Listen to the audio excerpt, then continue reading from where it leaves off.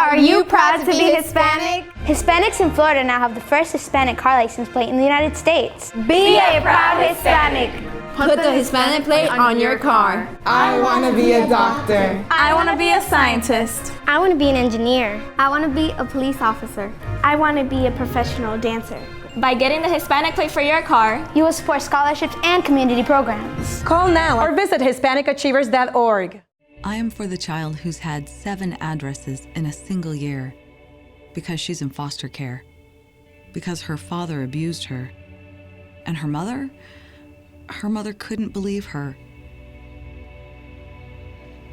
She is the child I am for. I am a volunteer child advocate. I am you. Florida residents call toll-free 866-341-1425.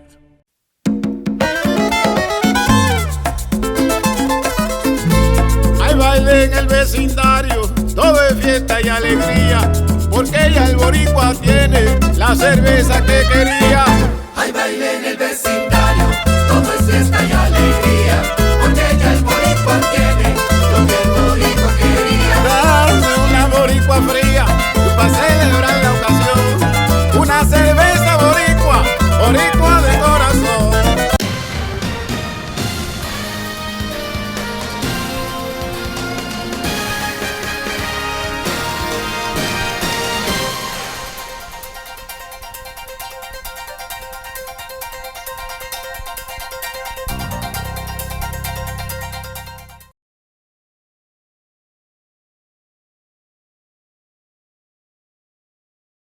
Hi, I'm Danny Ramos, and welcome to this week's edition of Hispanic Speak Out TV, brought to you every single week on Channel 49, Bright House Cable. We've been on the air for 15 years.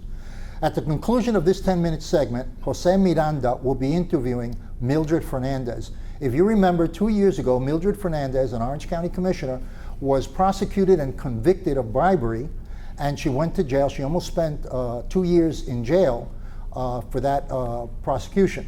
And Jose will be interviewing her over the next 3 weeks, 3 segments. The interviews are very revealing, and I suggest you really should tune in for that. In the meantime, we're going to start off with Bill Garlington. Bill Garlington, Greg Perkins, Jose Miranda, conservative, liberal, ultra-liberal, and I'm an independent. Yeah. Okay, what do you guys want to talk about today? Paris. Who wants to go first? Paris was attacked recently. Over 100 people were killed in the process. ISIS is believed to be behind it. But the question more that I think that, besides the fact that they don't carry guns and stuff like that, which is another subject, immigration is a big part of what has happened within the country.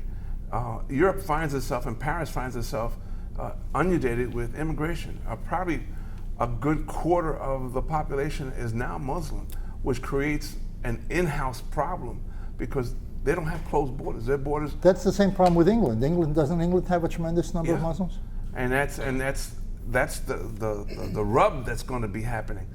How do we close our borders? Because we could relate that to our own. Do we close borders for safety? Do we close borders? But the Mexicans aren't really blowing up stuff. Yeah, but I'm saying, but you could broaden that scope to say, if we don't close our borders, if we don't protect our borders in some fashion, something could happen. And it's not saying that all these people that came in. So are you for closing the borders at this point? I'm saying that Europe, what's happening in Europe could very easily happen here in America. Okay. Yeah, I mean, it possibly could. I mean, I don't know. Well, the President of the United States supposedly wants to let in 10,000 Syrians. Right. Do you think, Greg, it's a possibility that among those 10,000, because the vetting system is extremely weak, you will have some terrorists sneaking in? I'm going to surprise you, Danny, and agree with you. Yeah, it's What? What? No, there's a strong possibility, man. You let 10,000 people in. You know these guys are sitting around thinking about that right now. Yeah, they announced it, right? So they're figuring it out. Well, Fox News just reported yesterday, I believe, that President Obama wants to bring in 250,000 Syrian refugees, and 77% of those are young men. 250,000? That's what Fox News reported. I don't know if I would trust Fox statistics on that. I think Danny was correct. I don't know if he wants to rank 250. We'll check the numbers out. Yeah. We'll check the numbers out. But in any event, that's a lot of people. Absolutely. Yeah, but and within that, there's got to be Right. But the reason, I believe, some of the reasons that the United States, we talked about this off the air, that some of the reasons that that's happening is that all of Europe has been taking in immigrants from Syria and stuff like that. Correct. United States is just making a gesture, okay, to accept this amount so the rest of the world, we're doing our part. But why instead of doing that, the other alternative is to set up protected areas, okay, there. In the Middle East. They're trying, but ISIS keeps blowing crap up. Well, you need to protect those areas. You need to protect those areas. Because 60 and you minutes, need to wipe out ISIS. Yeah, 60 minutes, they had that tent city. Man, Bringing in 10,000, 50,000, whatever it is not going to solve what's going on over there. The only thing that's going to solve this problem is to get rid of ISIS. Aren't you implying regime change then? United States, we're not supposed to be building. Well, is ISIS a democracies. regime? Is it a government? Is it a legitimate government? No, or is it a bunch of terrorists? All I'm saying is wipe out the terrorists. Islamic terrorists. Stop fooling around and go get them. Right. You know, that's it. You agree with that? Absolutely. Do you agree with that? I do, but I know this bill got in the word Islamic terrorist bill, okay? All people who are Islam aren't bad people. Didn't say that. You did. You said it Islamic terrorists, right? It should just be But terrorists. you know what? They call themselves that. They call themselves. They're They Islamic say terrorists. the ISIS. They say we are Islamic warriors of God. They say that. They announce There's it. nothing Islamic about what those guys are doing. They're pillaging, blowing But stuff that's up. what they do in order to bring in more people. Yes. They declare themselves that. Yeah, but it doesn't it's mean like that's saying, right, yeah. it's you know, you call it what it is. If they're calling themselves that, then who are you to take that away from them? Back in the day, the KKK would also refer to themselves as Christians, and nobody in their right mind thought that the KKK were Christians. Well, you got a point. Okay. That could be. Okay, so what do? We don't bring in the Assyrians? I wouldn't bring in 250,000 refugees. Well, there's a move right now, all the governors, right? Wasn't there announced that the governors are don't want these people in their states? Correct. All Republicans? I don't know. No, all governors. Most of the governors. Most Republicans. Okay, thank you. All right, so what do we do? I We think check? they've had one or two Democrats in there. But they were mostly. Okay. Yeah. What were they afraid of? They're afraid of these people coming over to look, be terrorists. But again, that's the catch-22. Is the country of liberty and freedom? Are we supposed to be? Are we supposed to be afraid to allow people into this country? I mean, I'm afraid. I'm afraid. I'm afraid. I go out. I carry all the time. Yeah. I'm afraid to go. I'm very knowledgeable now. I'm very aware when I go into a mall or I go into a movie theater. Correct. I am conscious of the fact, and I'm glad that in some areas there's no guns allowed, and they post it. Okay, but where they don't post it, I carry my gun in. I think most Americans are conscious of that. We are afraid. It's not like it was 20, 30, 40 years ago. Afraid or more conscious? No, I'm afraid. I'm You're both. afraid? I'm You guys both. are afraid of I'm a more. Absolutely. You want to know something? I know what they said. ISIS announced that they're targeting Washington. That they will go to Washington and attack Washington. All you need is one guy to attack. That whole thing that created in France was only 8 guys. Right. You know, so out of 10,000, all you need is 2, just 2. Right. Thank God we haven't had. Our law enforcement is much different and in standards than France. And I'm not putting it on France, but we not according to some cities like Ferguson and Baltimore. Yeah, but they're not going to go to Ferguson and Baltimore. They're going to go to New York. I'm just addressing what you just said about our police officers are looked upon as this. You go tell those people Black Lives Matter. They look at the police officer. If the terrorists as a went bad to guy. Ferguson, they would whip their behinds and send them home. Okay. Terrorists will never show up in Harlem. Okay.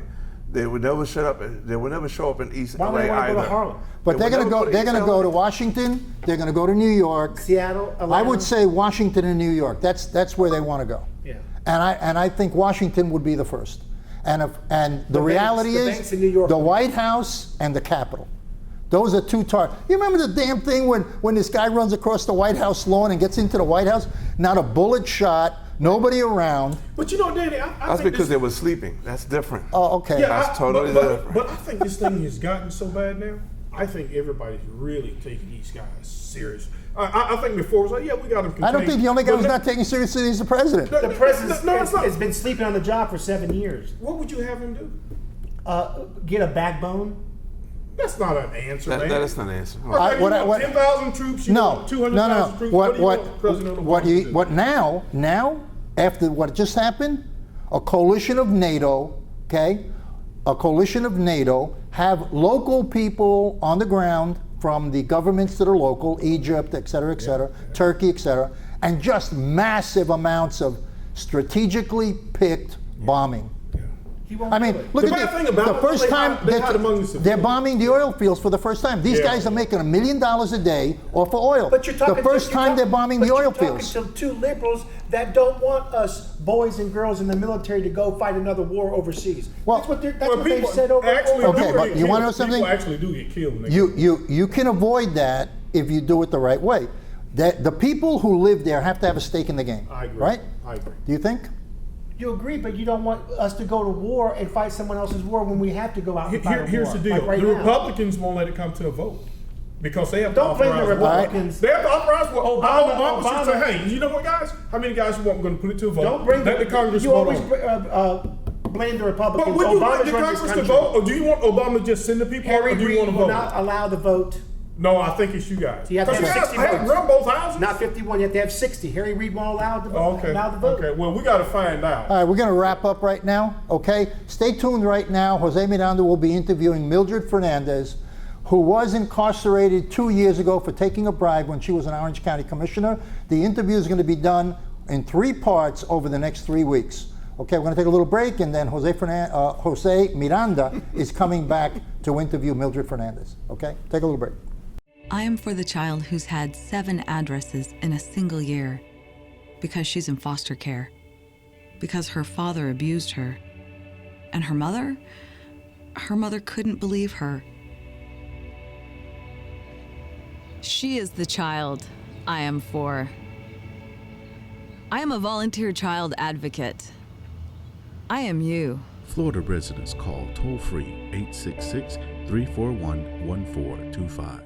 My name is Nilmari Zapata, and I am a Latina role model because I believe that you can overcome any circumstances that come in your way and be the best version of yourself. Hello, I'm Sandra Rivera, and I'm a Latina role model. Whatever your struggles are in life, whatever you don't have or don't have access to, don't use that as an excuse for not pursuing your dreams and moving forward. Get out of your own way and get out of your comfort zone, and you will be amazed at the growth that you will experience. Hi, I'm Gloria Puerta from Feed and Fortify Community Organization, today and Latino role model. And be yourself. Try to have your purpose in life and be a legacy of service. My name is mildred Rivera, and I'm a founder and mentor of Daughters of the Mighty King mentoring program for young girls. I am inspired and encouraged to be here because I want to see a new generation rise up.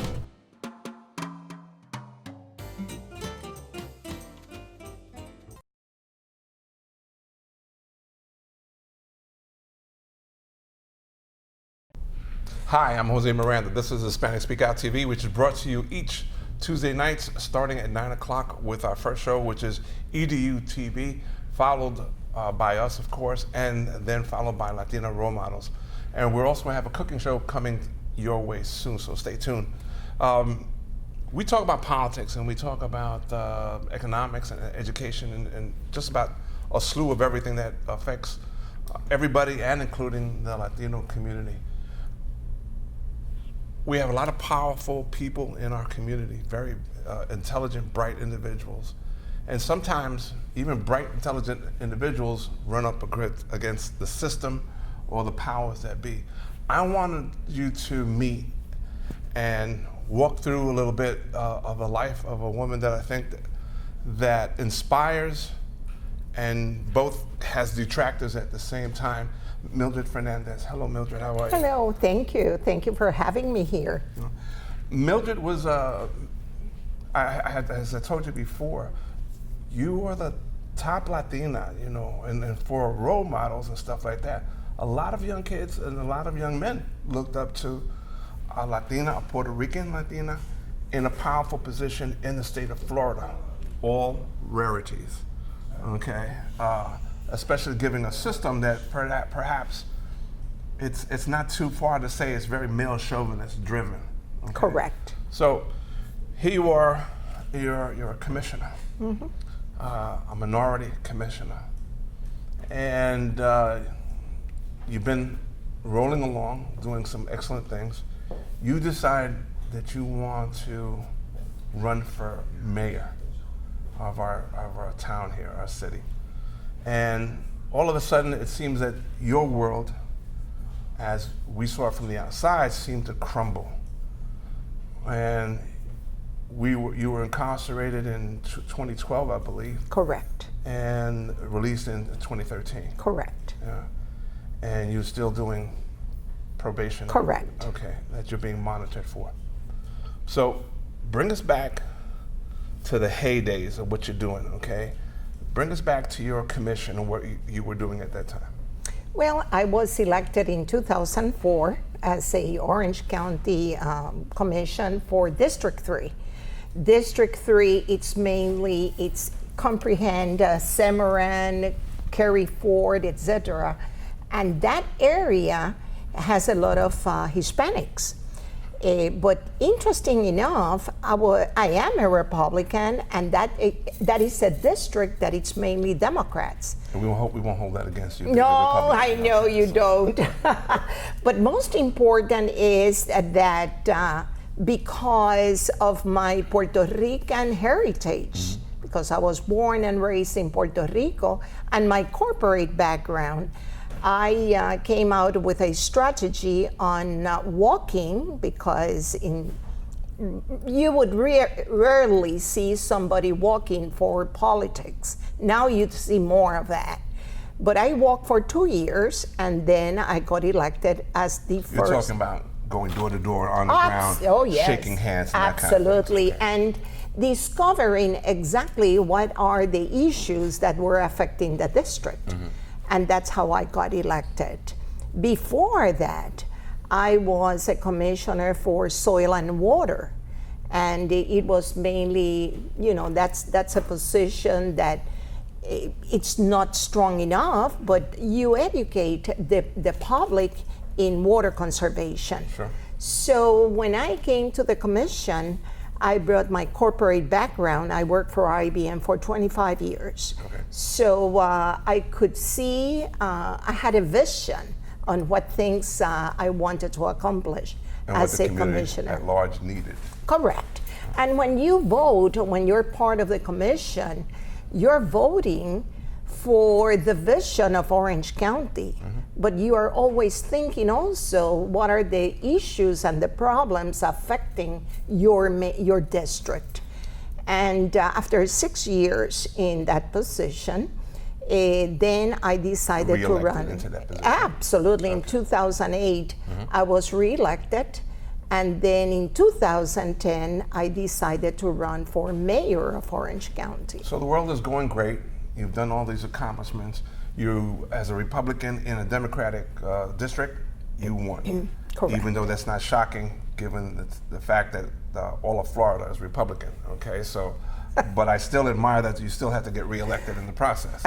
Okay, so you're in this position. You're running for office among, I should say, the powers that be. Okay, the Republicans still dominant here, like I said, in Florida. So what happens? Now, according to the papers, you just decided to do something wrong. I think there's more to the story. And briefly, when we talked off air, you told me about sometimes there are groups or entities that could go against you because you may have tried to do something out of turn.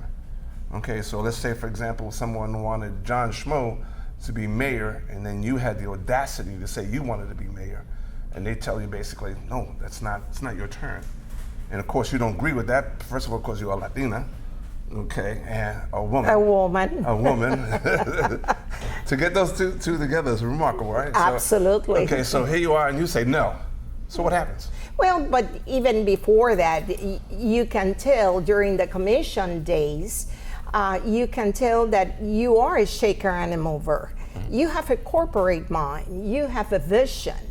One of the things that it's interesting in politics is that you see lawyers, you see maybe teachers, but you don't see corporate America people. Right. And in corporate America, you're a decision maker.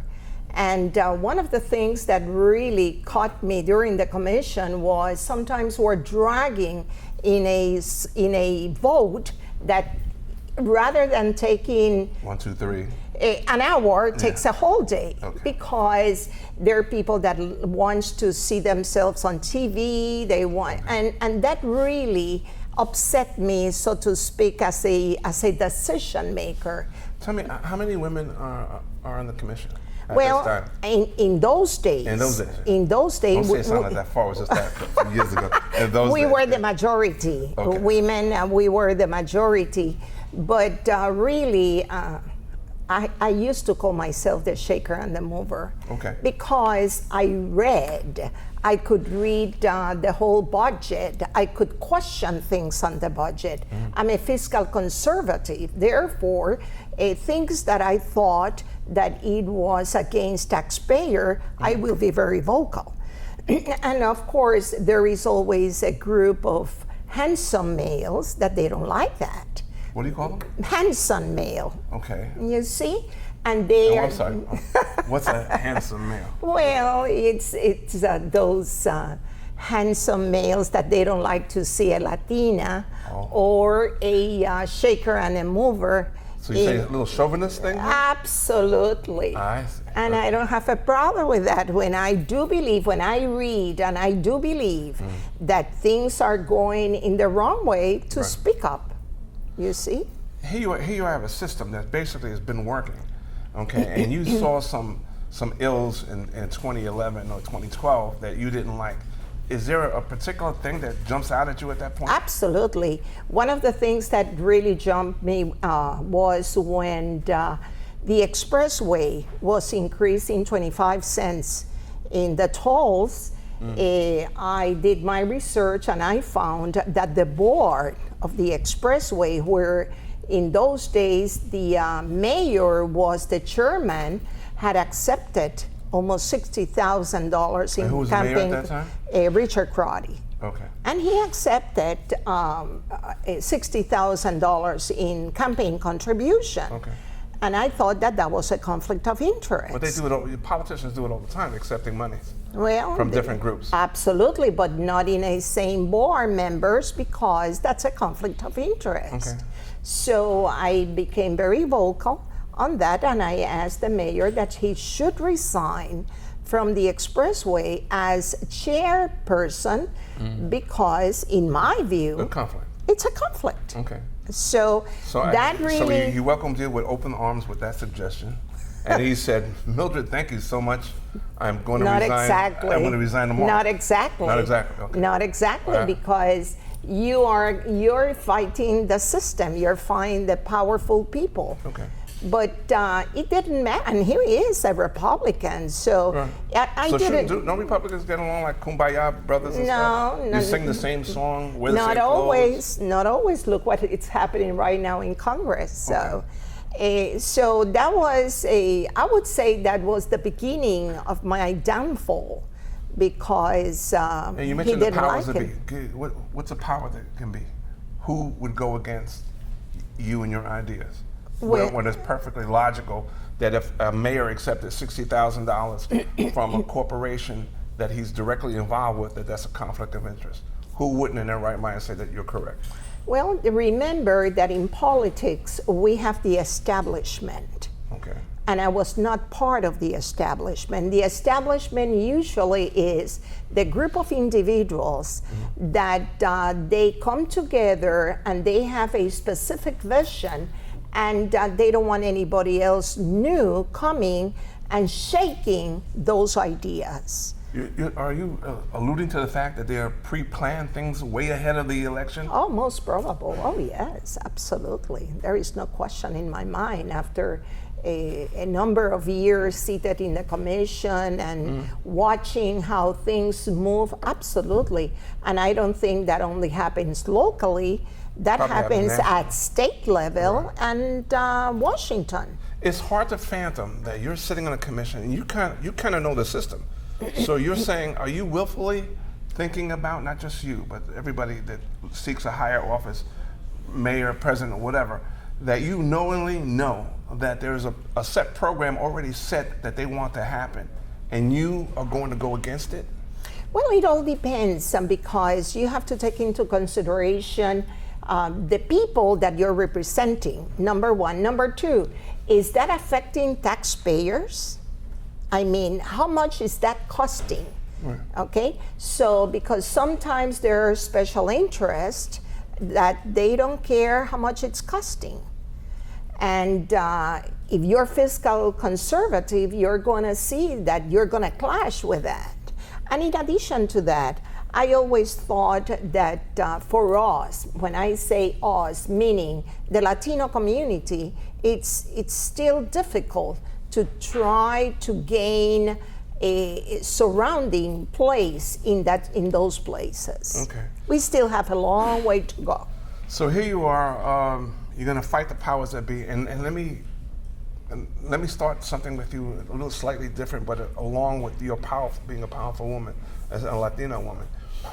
There were reports from the outside that you were arrogant, very flamboyant, didn't really look back at the community that much, were hard to get to know or to get to see, but on the other side of the aisle, your side of the aisle, a lot of people admired you.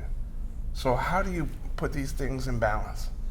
Well, and I want you to hold that thought. Sure. Okay. So I'm Jose Miranda. This has been Hispanic Speak Out TV. We'll be right back. Stay tuned next week.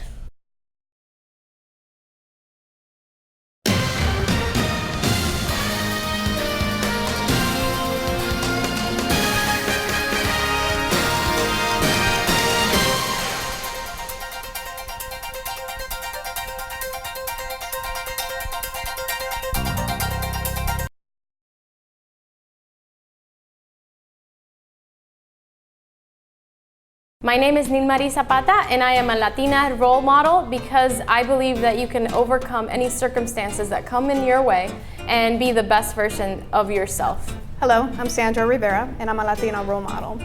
Whatever your struggles are in life, whatever you don't have or don't have access to, don't use that as an excuse for not pursuing your dreams and moving forward. Get out of your own way and get out of your comfort zone, and you will be amazed at the growth that you will experience. Are you proud to be Hispanic? Hispanics in Florida now have the first Hispanic car license plate in the United States. Be a proud Hispanic. Put the Hispanic plate on your car. I want to be a doctor. I want to be a scientist. I want to be an engineer. I want to be a police officer. I want to be a professional dancer. By getting the Hispanic plate for your car, you will support scholarships and community programs. Call now or visit HispanicAchievers.org.